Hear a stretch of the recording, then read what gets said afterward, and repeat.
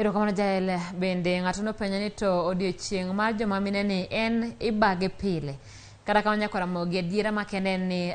thuolo kata jomopogore opogore kao thuolo mopogore mar bago nyasi matindo ne ikruok mar odiochieng'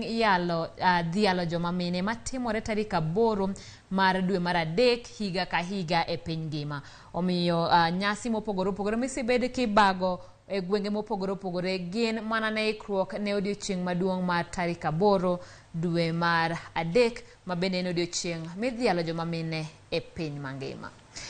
Kawadhi nyime ni riwruok mar jorasta ma piny ka okwedo bura mane ong'adi gi doho mar Supreme mar yiene jopiny matimo hera kind chwech machal bedo gi riwruok. Kane gilose magawa moro e boma ma Nairobi ka gilero ni giyie kod ng'eto no ka giwacho ni tim makamano dhi e tok chik gi timbe jopiny. Gimedo ni piny owacho winjo ng'i weche mag chiemo gi dongruok mar piny Kenya ok ng'iyo tim makamano. Gimedo ni tim Kenya en kind joma mine kata joma chuo giwegi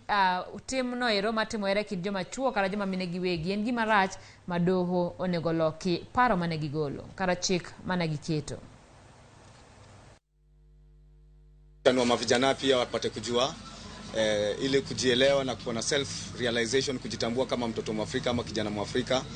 kuweza kugundua kwamba kuna njia zingine ambazo leo tunaletewa hatuwezi kubali. Na mimi kama youth man ningeweza kuambia mavijana out there, boy child na girl child, tuweze kuembrace ile family order, tuhakikishe kwamba wakati natimia wewe wakati wako kuwa na familia, kwa maana hiyo ndo family order ya Afrika na tamaduni zetu kama Africans. Mimi kama Rastafari lazima nikuje out boldly na niseme kwa sauti moja na kauli moja kwamba haturuhusu wala hatutakubali mahusiano ya wanaume wawili ama wanawake wawili na wanasema ati hiyo ni set of family. Hiyo si against the will of the Almighty na against Mother Nature. So we call upon all the indigenous communities of this country to come together so that we can form a national cohesion